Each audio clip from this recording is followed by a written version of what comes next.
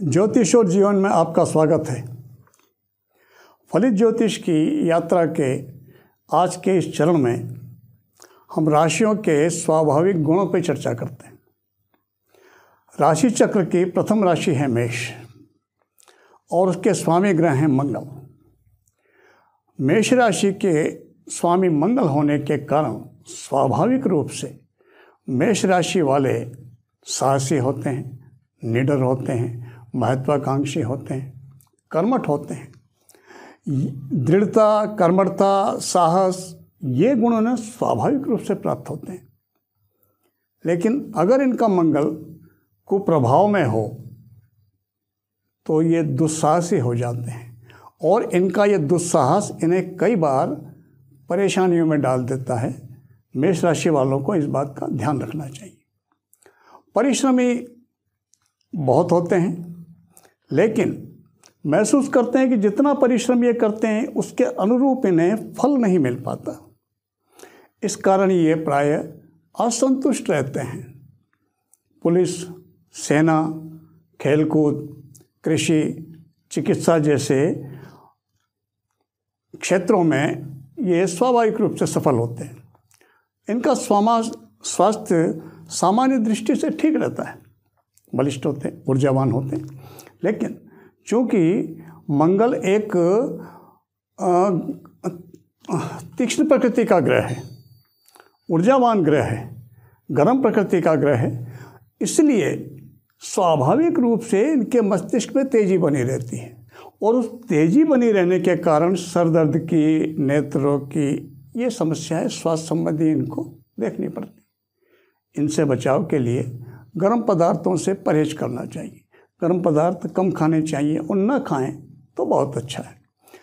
इस मेष राशि की नारियां स्वभाव से विशेष चंचल होती हैं, स्वास्थ्य कमज़ोर रहता है। मंगल कुप्रभाव अगर इनकी कुंडली में मंगल कुप्रभाव में अगर हो तो इस राशि की स्त्रियां वासनाधीन भी देखी जाती हैं। रविवार, मंगलवार, गुरुवार इस राशि वालों को शुभ फलदायी रहता है। बुधवार इनको अशुभ फल देता है।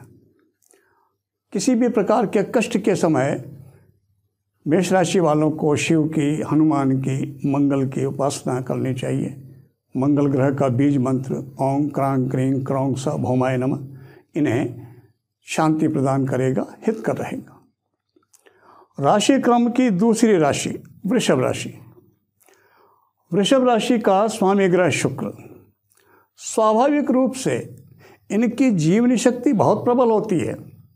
कला, संगीत, सौंदर्य इन्हें बहुत आकर्षित करता है।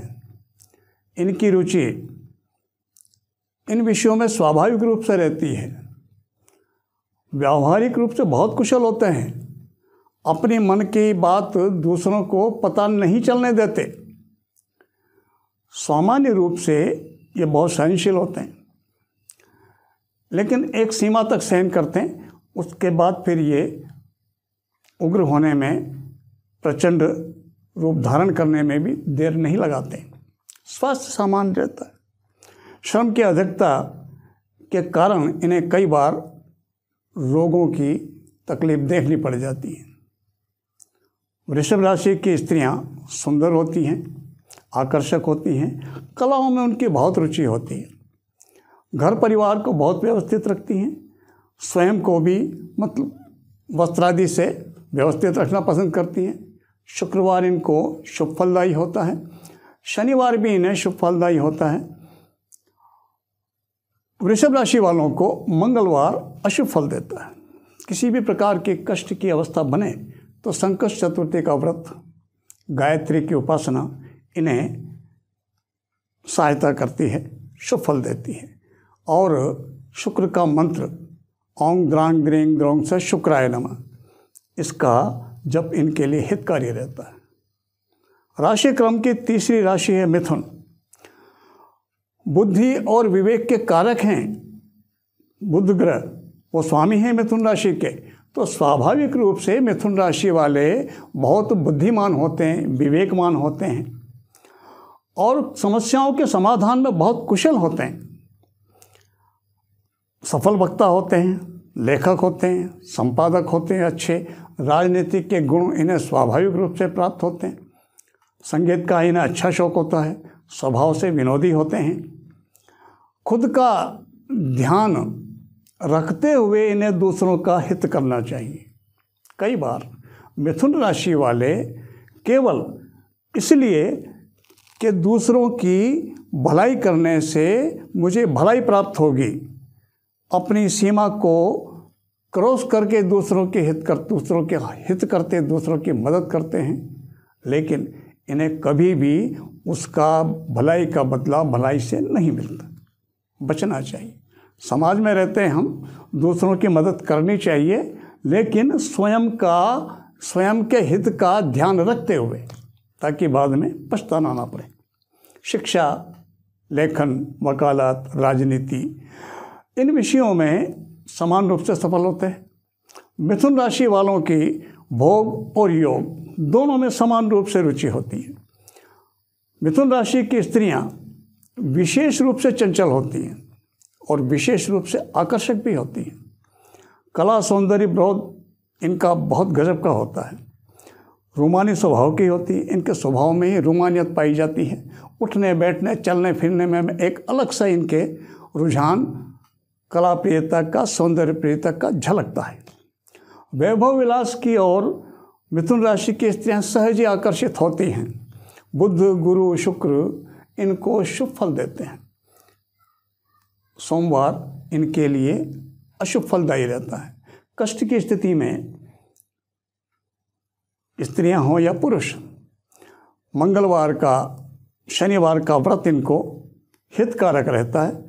गायत्री, विष्णु की उपासना इन्हें सदैव हितकारी रहेगी। और बुध ग्रह का मंत्र, बीज मंत्र ओम ब्रांग ब्रेंग ब्रोंग स बुधाय नमः, इसका जप इनको सदैव हितकारी रहता है। राशि चक्र की चतुर्थ राशि है कर्क। कर्क राशि के स्वामी चंद्रमा हैं। कर्क राशि के जातक, उनके स्वभाव में चंद्रमा की तरह ही उनके स्वभाव में भी उतार चढ़ाव बना रहता है।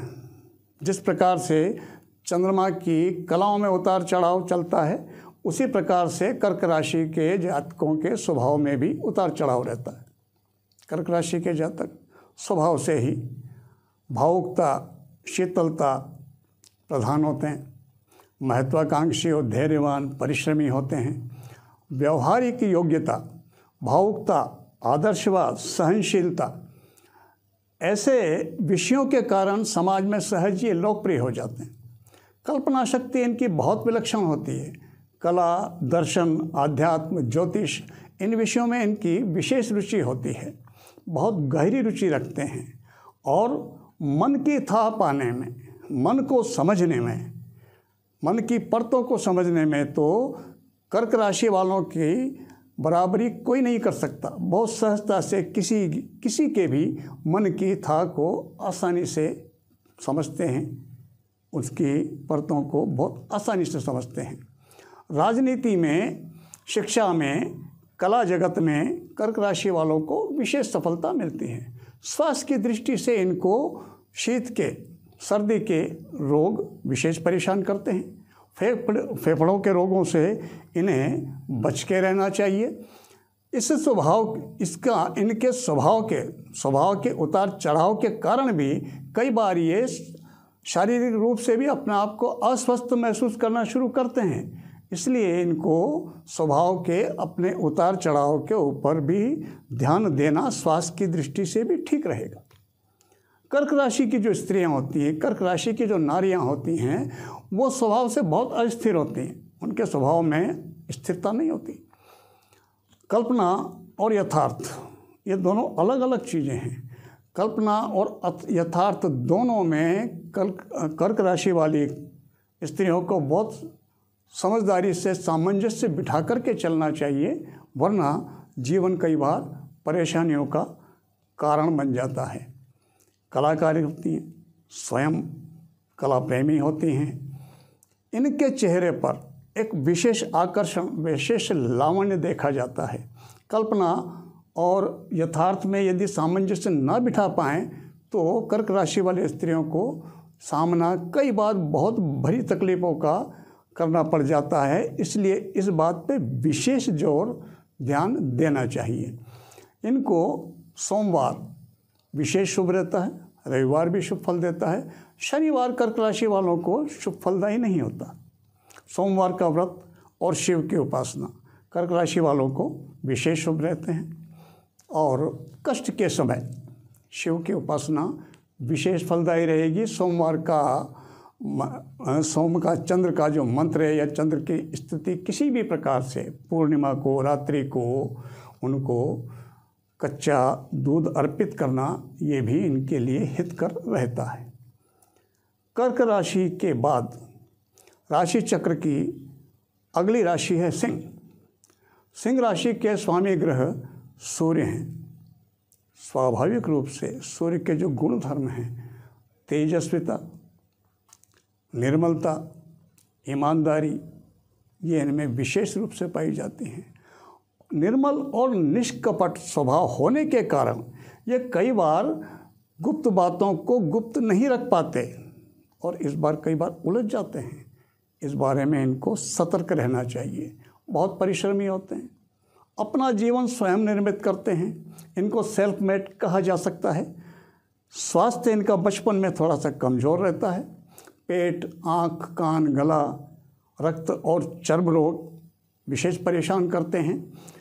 गर्मी की तासीर वाले पदार्थ नहीं खाने चाहिए या कम खाने चाहिए। पानी अधिक पीना चाहिए। सिंह राशि की नारियां परिवार में बहुत अपना अच्छा वर्चस्व रखती हैं, अपना अच्छा मान सम्मान रखती हैं। आक्रामक व्यक्तित्व होता है इनका, मगर फिर भी एक शालीन आकर्षण रखती हैं सिंह राशि की नारियां। घूमने की शौकीन होती हैं। विवाहित जीवन इनका सफल होता है। रविवार इनको शुभ फलदायी होता है, मंगलवार अशुभ फलदायी होता है। उपासना की दृष्टि से राम की, हनुमान की और गायत्री की उपासना विशेष फलदायी रहती है। सूर्य उपासना भी फलदायी रहती है। कन्या राशि राशि चक्र में अगली राशि है कन्या राशि। कन्या राशि के स्वामी ग्रह भी बुध हैं। बुध के प्रभाव के कारण इनकी स्वभाव में कर्तव्य परायणता और बुद्धिमत्ता स्वाभाविक रूप से पाई जाती है कन्या राशि वालों में। कन्या राशि वाले जातक पारिवारिक जिम्मेदारियों को स्वयं कष्ट उठाकर भी निभाते हैं, पूरी करते हैं, लेकिन उनको परिणाम में जो प्रतिफल मिलना चाहिए वो नहीं मिलता। इस कारण वो अशांत और परेशान रहते हैं। प्रतिफल की आशा से यदि करेंगे तो निश्चित रूप से अशांति महसूस होगी।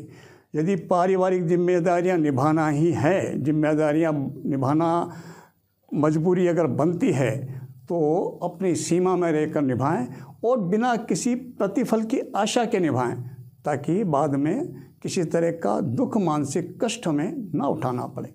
और बौद्धिक कार्यों में, किसी भी क्षेत्र में बौद्धिक कार्यों के अंदर विशेष सफल होते हैं। व्यापार और नौकरी दोनों क्षेत्रों में बुध की राशि कन्या वाले समान रूप से सफल पाए जाते हैं। कन्या राशि की नारियां बातचीत में, व्यवहार में बहुत कुशल होती हैं। अंतर्मन से बहुत कोमल होती हैं। गृह कार्य में बहुत कुशल होती हैं। पेट के रोगों से कन्या राशि की स्त्रियों को सतर्क रहना चाहिए। बुधवार इनको शुभ फल देता है, मंगलवार इनको अशुभ फल देता है। कष्ट के समय राम, कृष्ण, गणेश और बुध के मंत्र का जप विशेष इनको कष्टों से मुक्ति दिलाने में और शुभ फल देने में सहायक रहेगा। राशियों के क्रम में आज हमने मेष से लेकर के कन्या राशि तक इन 6 राशियों के स्वाभाविक जो गुण हैं उनको संक्षिप्त में जाना। शेष तुला से लेकर के मीन राशि के जो स्वाभाविक गुण हैं उन्हें हम अगले चरण में जानने का प्रयास करेंगे। आज के इस वीडियो में इतना ही। मैं नमन करता हूँ आपको। नमस्कार।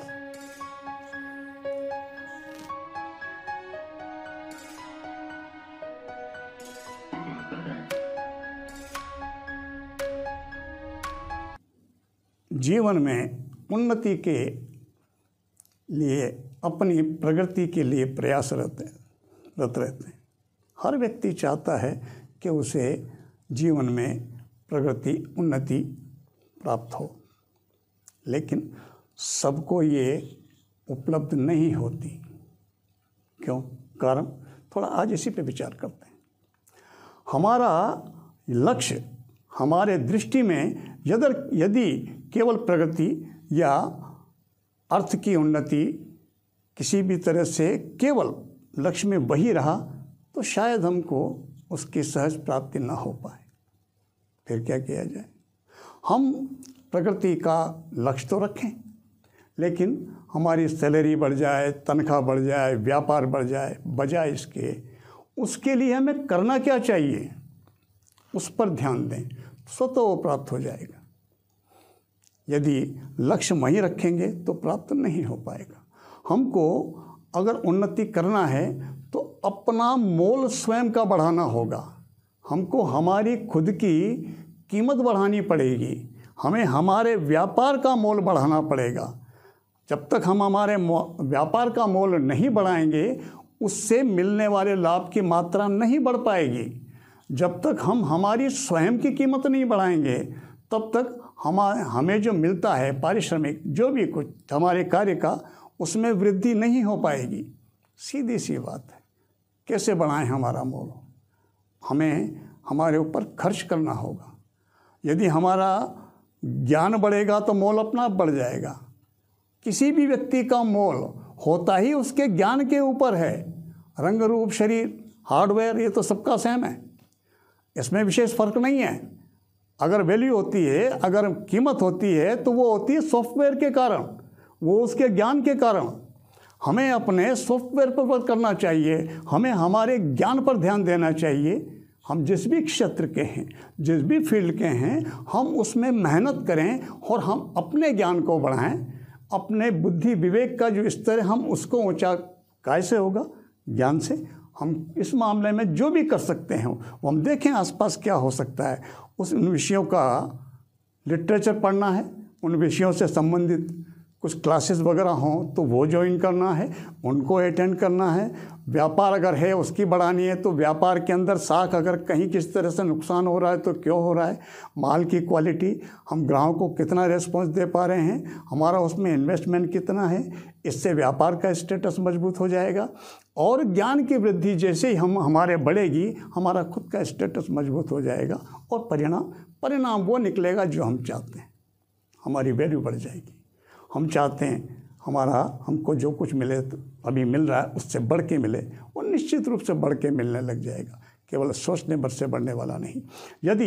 यदि हम इस पर काम कर रहे हैं, यदि हम हमारा मोल बढ़ाने में लगे हुए हैं, यदि हम स्वयं पर इन्वेस्ट कर रहे हैं, अपने ज्ञान को बढ़ाने में, बुद्धि विवेक को बढ़ाने में हम काम कर रहे हैं और व्यापार को हम बढ़ाने के लिए जितना ध्यान देना चाहिए उतना ध्यान उस दृष्टि में दे रहे हैं, तो आप नमन के योग्य हैं।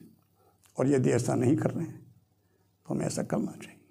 निश्चित रूप से हमें सफलता प्राप्त होगी और हर स्थिति में जैसा हम चाहते हैं वैसा हमें प्राप्त होगा। इसी स्वर्णिम सूत्र के साथ मैं आपको नमन करता हूँ। मिलते हैं अगले चरण में। नमस्कार, प्रणाम।